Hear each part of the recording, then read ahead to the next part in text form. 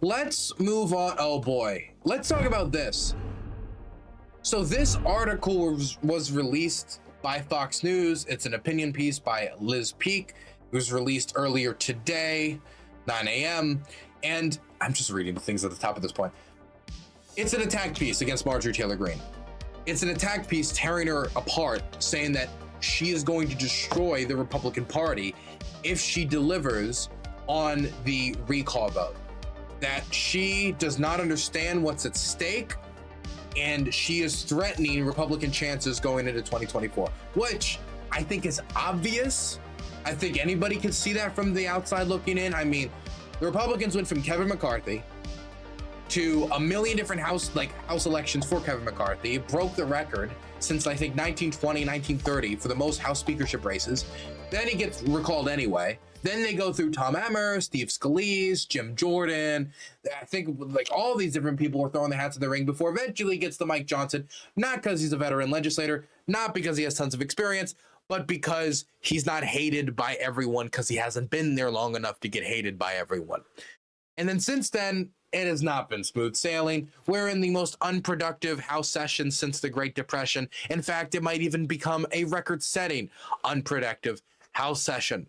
And so if she was to then shoot the Republicans in the foot in this way and do another recall vote over Ukraine aid, over something that's already supported by the majority of Americans, the majority of senators, majority of House members, and the presidency, and the majority of our allies, I mean, what a stupid thing to shoot your party in the foot over, especially considering the fact that a discharge petition might go around Mike Johnson anyway, and then you'll get Ukraine aid with no input from the Republican House and only input from Republican and Democratic senators who crafted the bill.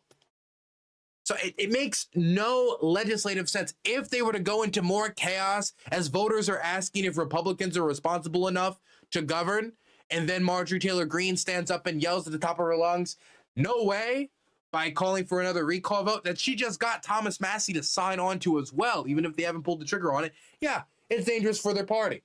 Personally, my dream scenario is they pass Ukraine aid, Marjorie gets angry, recall vote, chaos. That's my dream scenario as a Democrat. And if my dream scenario is eerily similar to Marjorie's dream scenario, I think either she's out of touch or her interest is getting the most podcast viewership, not in Republicans winning in 2024. Here's the title of the Fox News piece. Marjorie Taylor Greene is an idiot. She is trying to wreck the GOP. Representative Marjorie Taylor Greene needs to be clear about what's really at stake in 2024. Let me just say that again. Marjorie Taylor Greene is an idiot. It's high time someone in the Republican Party told Representative Marjorie Taylor Greene to turn all of that bombastic, self-serving showmanship and drama queen energy on Democrats and stop trying to defeat her own party. God, she low-key called her an attention whore. The Georgian Republican who famously displayed sexually explicit photos of Hunter Biden during a committee hearing and called fellow Representative Lauren Boebert a bitch on the House floor, is known for wild antics and equally harebrained conspiracy theories. Oh no, list a few. Talk about her saying that the Ukrainians harvest organs to pay for the war effort, the organs of babies. Talk about her laser, her Jewish space laser. Talk about it. Put it in text on the Fox website. Currently, she is threatening to oust Republican House Speaker Mike Johnson, the Louisiana representative with a 5-vote majority in the House. By the way, there is a 5-vote majority, but I think in actuality, due to other people being on leave, either it was for a brief time, it might still be, in actuality, a 1-vote majority, even if they do technically have more votes than that. Is attempting to keep his caucus intact as he navigates treacherous issues, including funding for Ukraine, which has become unpopular with some conservatives, and reauthorizing the controversial Foreign Intelligence Surveillance Act. He also struggled to pass a funding bill, which required relying on Democrats to get another big spending package over the threshold. To be sure, not all Republicans approve of spending billions more to arm Ukraine, especially since our own border remains wide open. Many in the GOP wanted Johnson to demand border enforcement in exchange for support for Kiev. Ukraine is one of the most corrupt countries in the world, which is perhaps why Hunter Biden was so richly employed there. And it's not clear that Americans' billions sent to fight Vladimir Putin have have all been spent towards that end. There is almost certainly inadequate oversight, as I wrote early in the war. Okay, so a few things here. Number one, demanding border enforcement for Kiev was done and then it was given. But then Republicans said, wait a second, if we pass border legislation now, then Biden could claim that as a victory, so never mind. So you asked for it, you got it, and then you lost it. So that's the first thing. Second thing, Ukraine is one of the most corrupt countries in the world. I keep hearing this. I'm just going to say it straight out. It's not. It's not. It's not in the corruption index. It's a country with corruption problems. And if you compare it on a European scale, then it's certainly one of the most corrupt countries in Europe. One of the most. Not necessarily the most, but one of the most. Russia actually beats it, surprisingly enough. So if you're, oh, the Russians should win because screw the corrupt, I mean, the Russians are more corrupt. It's not, number one. And number two, it's not clear that America's billions sent to fight Vladimir Putin have all been spent towards that end. There is no evidence that a single dime sent from the United States by the American government has not been spent towards the ends that it was allocated for. There has been no evidence found of this. And so instead, all of these articles, all of these slimy little worms come out, and instead of saying, we don't have any evidence, they just say, it's not clear that America's billions sent to... You could say that about it. What does that mean? What does that mean? Could it be in reference to the aid that was not tracked early on in the war because we had to evacuate our embassy because the country was being invaded and we didn't want our diplomats getting captured by Russian soldiers? And so we evacuated, and those were the guys that were tracking the aid, so they couldn't for a few months during the start of the war? Is that what they're referencing? And I mean, I guess for those billions, that would be true. But again, that was for a short period of time.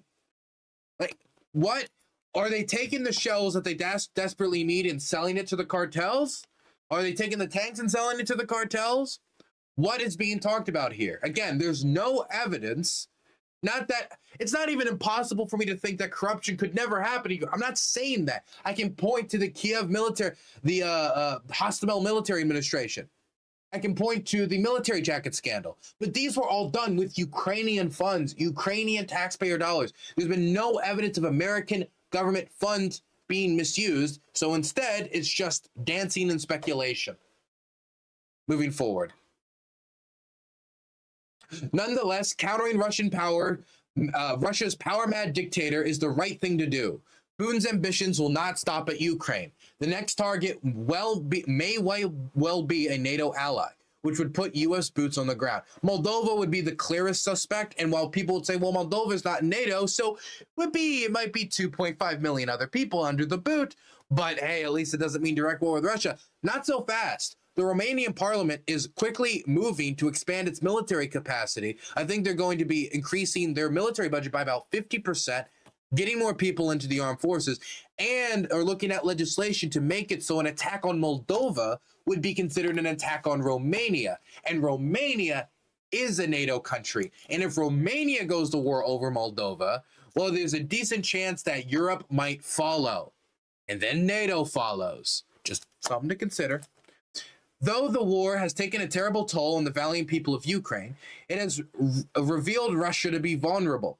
If President Biden had allowed an all-out aggressive war against Moscow, we would not be at a seeming stalemate. Because he dithered, Ukraine is now losing ground and urgently needs weapons and ammunition. I hate this framing. Number one, it is true to some degree that the Biden administration did dither on some issues. I would say early on with the MiG-29s, Jake Sullivan was the big person pulling against that. Honestly, I think most of it is people like Jake Sullivan in the Biden administration, not people like Anthony Blinken, who was pushing in the other direction. But there was some area that they dithered.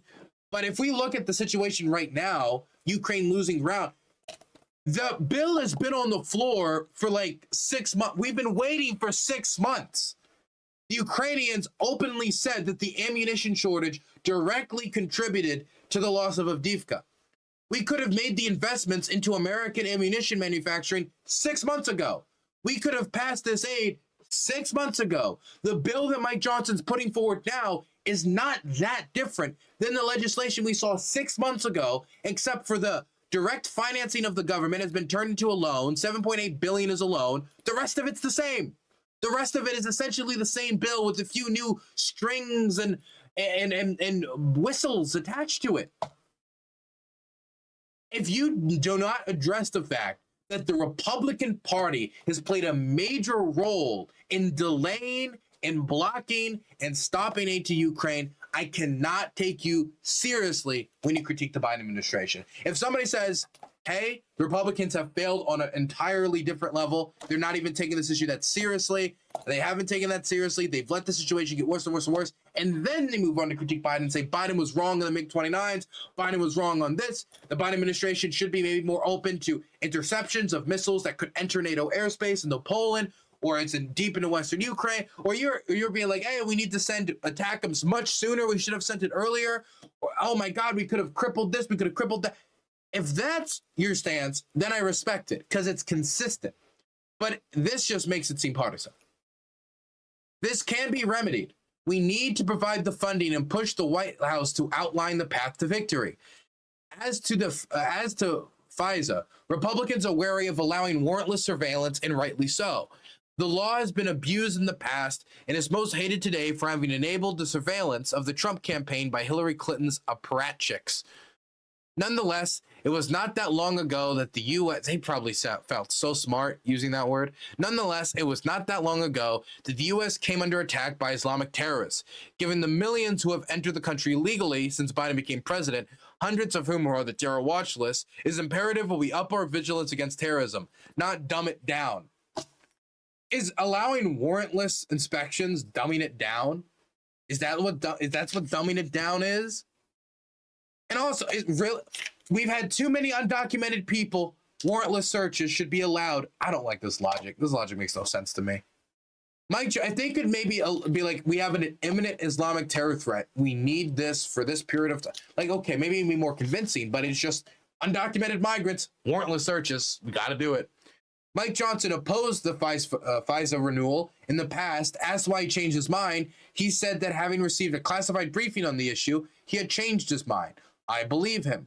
Greene, who was elected by a total of 170,000 votes in 2022 in a district that Cook reports rates plus 22 Republican, doesn't like any of it and would rather burn down the house, metaphorically speaking, than work towards the greater good.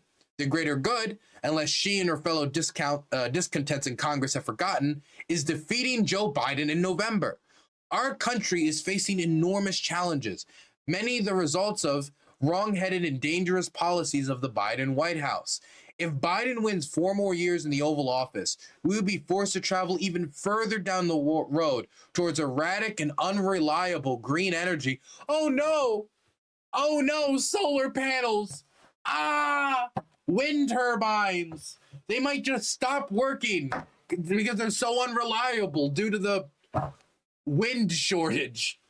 Or an inexpensive or domestic oil and gas resources go to waste. Joe Biden, under his administration, we have produced the most energy of any presidency ever.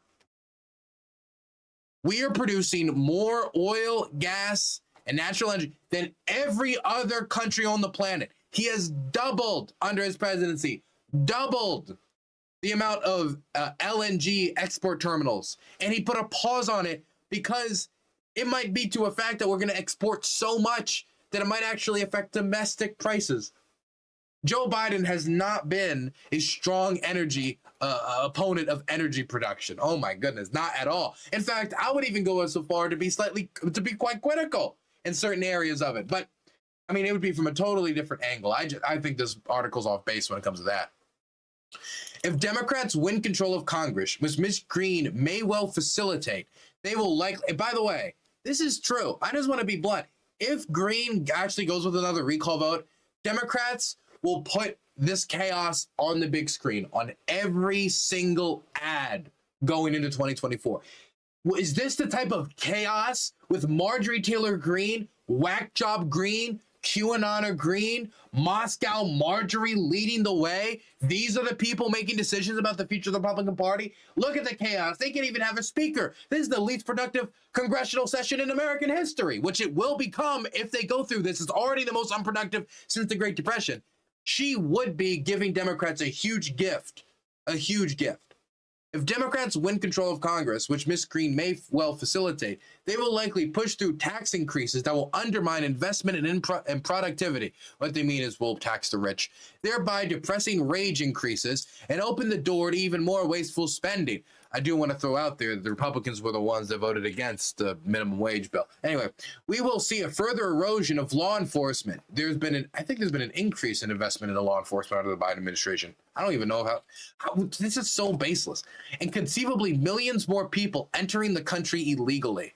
Our education system will continue to deteriorate, and an entire generation of inner city boys and girls will emerge from that system unable to move up or down the ladder of opportunity.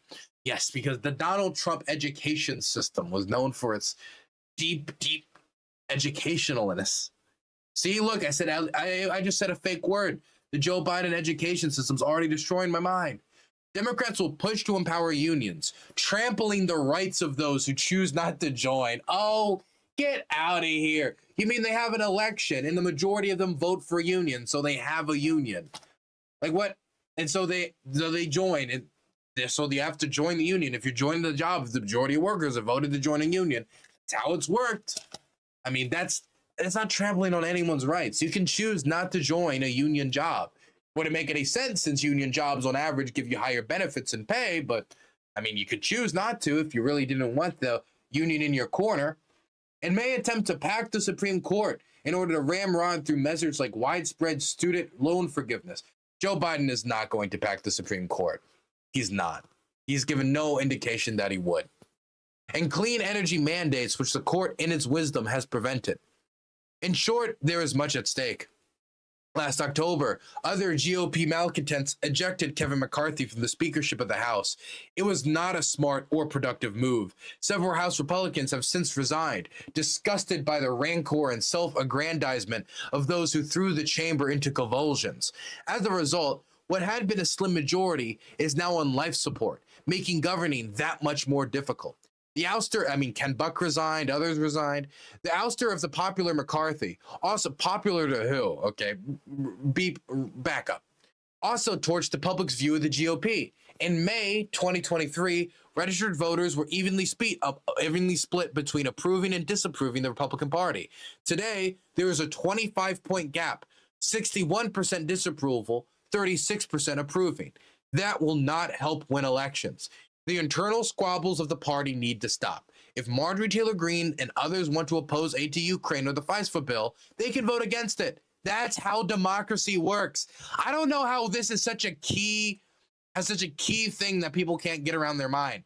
If you don't like the bill, vote against it. You don't need to block it. You can just vote against it. You allowing a vote to take place is not you facilitating anything. It's simply you allowing democracy to take place, and you can vote against it. There's no scenario where Marjorie Taylor Greene votes for Ukraine in any way. She's going to vote against it no matter what. So just vote against it and be done with it. The future of the U.S. is on the line. Former President Donald Trump, who very much wants to kick Biden out of office, knows how dangerous the turbulent in the White House can be. Yeah, because he was the cause of much of it. He recently met with Mike Johnson in Florida and gave him an important and well-deserved vote of confidence. I stand with the speaker, Trump declared. He also said he thinks Johnson is doing a very good job. He's doing about as good as you're going to do. My message for MTG, barring from Hillary Clinton, get over yourself. The mission today is to elect Donald Trump. Look, Marjorie Taylor Greene is a huge annoyance for getting anything done in the House, but she also might be Democrats' secret weapon if she pulls the trigger on this. My dream scenario is Ukraine aid passed, then she triggers a vote on Mike Johnson, causing more chaos, helping a blue wave move forward a little bit more going into November, and which would, of course, help secure Ukraine aid for the future. Either way, though, it is very interesting to see Fox News just lead with, she's an idiot. She's a fool. She's a knuckle dragger. She's a window licker. She's a doorknob sucker. She's she's a few dollars short. She's a few cents short of $1. She ain't bright. She ain't a bright bulb. She ain't the sharpest tool in the shed. She's an idiot. She's a fool. She's an imbecile. She's an nincompoop. She's a Neanderthal. Actually, I think Neanderthal is the most accurate. After seeing her workout videos, I'm going to stick with Neanderthal.